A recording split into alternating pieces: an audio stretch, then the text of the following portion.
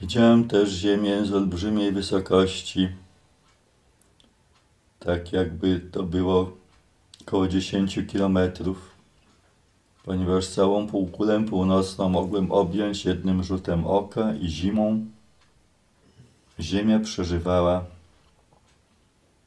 najbardziej dramatyczne wydarzenia,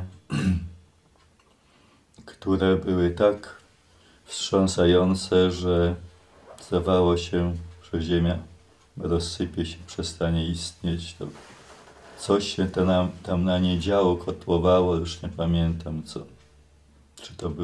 Czy to miało charakter fizykalny, czy jakieś wybuchy atomowe, czy to była wojna. Nie pamiętam tego, tylko pamiętam grozę płynącą od ziemi i moje lądowanie na wiosnę, kiedy już się zazieleniło. Kiedy już to wszystko się skończyło, przyszedł nowy świat. Ten wielki pokój, to szczęście, że nareszcie. To tyle mogę powiedzieć o tym kształcie kary z perspektywy mojej jako dziecka, które coś tam zapamiętało. A jak to właśnie połączyć z tymi wypowiedziami Pana Jezusa ewangelicznymi? To, co teraz mamy zapowiedziane przez Matkę Bożą i w różnych orędziach występujące, to dokładnie powiedzieć nie potrafię.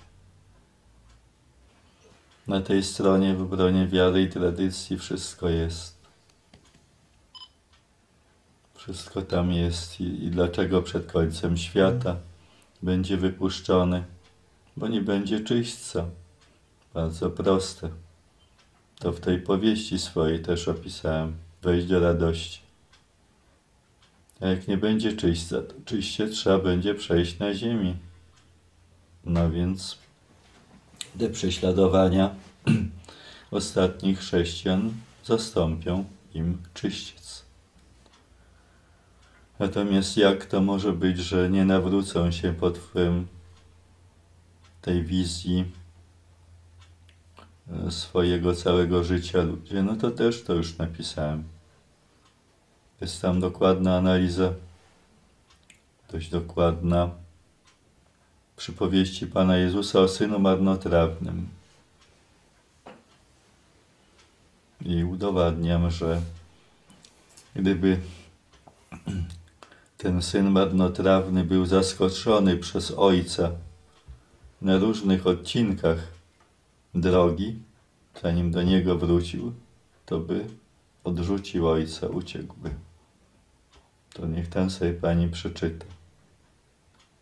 No więc zarówno gdy był w drodze do tego szczęścia, z pełną kieszenią ojciec by go dogonił, to by go odrzucił. No czego ty chcesz tutaj ode mnie?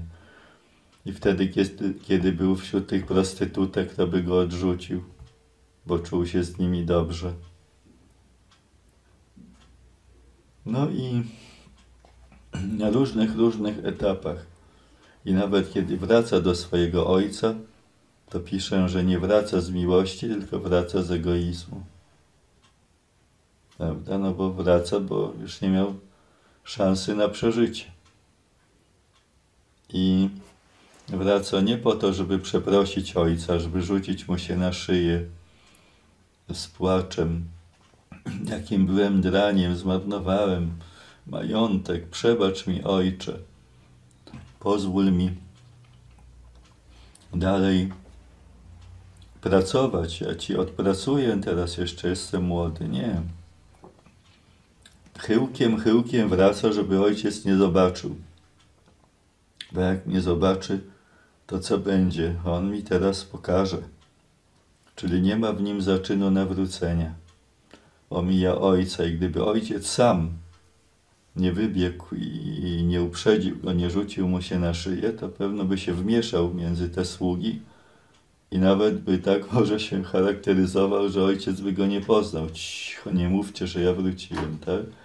Aby tylko między sługami mieć zapewnione warunki utrzymania. Widzi pani, Bóg patrzy w serce i w wielu sercach ludzi nie ma tego zaczynu nawrócenia. I tu było pytanie o Polskę. Pan Janusz pytał, dlaczego Polska teraz cierpi od różnych ludzi złego. Nie będziemy ich wymieniać po nazwisku. Dlaczego teraz cierpi te ataki? Dokładnie nie potrafimy tego wyjaśnić, ale możemy przypuszczać, że Pan Bóg dzisiaj daje nam próbkę tego, co niedługo będzie się działo na całym świecie. Gdy ci ludzie się uaktywnią, gdy opuszczeni przez jednego demona w chwili tego sądu małego, pozwolą wrócić i przyprowadzić 7 innych gorszych od siebie. Widzi Pani, oni są tak związani, ci ludzie, z tym złem, tak zasmakowali w nim, jak świnia w błocie, że jak teraz ktoś ich zechce z tego wyciągnąć, dać im ten chlew wyczyszczony, to się będą w tym źle czuli. I właśnie tak jak to dosadnie określił święty Piotr, apostoł w swoim liście,